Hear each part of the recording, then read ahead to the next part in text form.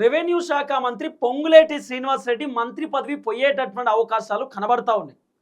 So Ponguleti Srinivas రెడ్డిని మంత్రివర్గం నుండి కాంగ్రెస్ అధిష్టానం తొలగించేటటువంటి అవకాశాలు ఉన్నాయి అనేది సోషల్ మీడియాలో వినబడుతున్నటువంటి చర్చ.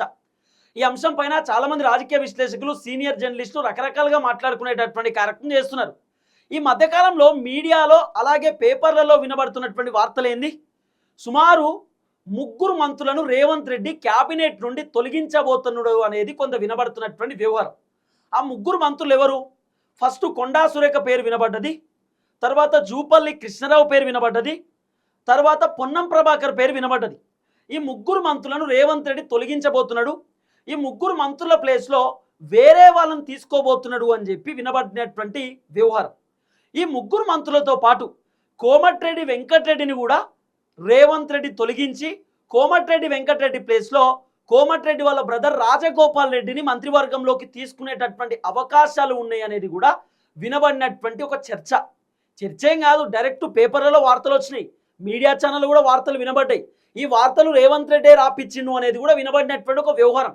మరి దాదాపు ఈ 4 మంత్రుల పేర్లు వినబడ్డది. ఇప్పుడు కొత్తగా పొంగులేటి శ్రీనివాస్ రెడ్డి పేరు కూడా వినబడుతున్నది. పొంగులేటి శ్రీనివాస్ రెడ్డి మంత్రి పదవి పోయే అవకాశాలు ఉన్నాయి.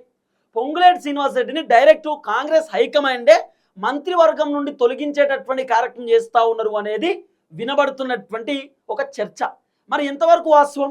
ఇప్పుడు పొంగులేటి శ్రీనివాస్ రెడ్డి కాంగ్రెస్ పార్టీలో కీలకంగా ఉన్నటువంటి వ్యక్తి. పొంగులేటి శ్రీనివాస్ రెడ్డికి రెవెన్యూ శాఖ ఇచ్చిర్రు. సో పొంగులేటి శ్రీనివాస్ రెడ్డి పార్టీకే ఫండింగ్ ఇస్తుందని, పొంగులేటి శ్రీనివాస్ రెడ్డి 2023 ఎన్నికలలో దాదాపు 10-15 మంది ఎమ్మెల్యేలకు ఫండింగ్ చేసిందని, పొంగులేటి శ్రీనివాస్ రెడ్డి హైకమాండ్ కూడా ఫండింగ్ చేస్తుందని, పొంగులేటి శ్రీనివాస్ రెడ్డి పక్క రాష్ట్ర ఎన్నికల కోసం కూడా ఫండింగ్ చేస్తుందని చెప్పి రకరకాలుగా వినబడినటువంటి ఒక చర్చలు. ఇవి నిజమో కాదో మనకు తెలియదు, కానీ సోషల్ మీడియాలో వినబడినటువంటి ఒక వార్త.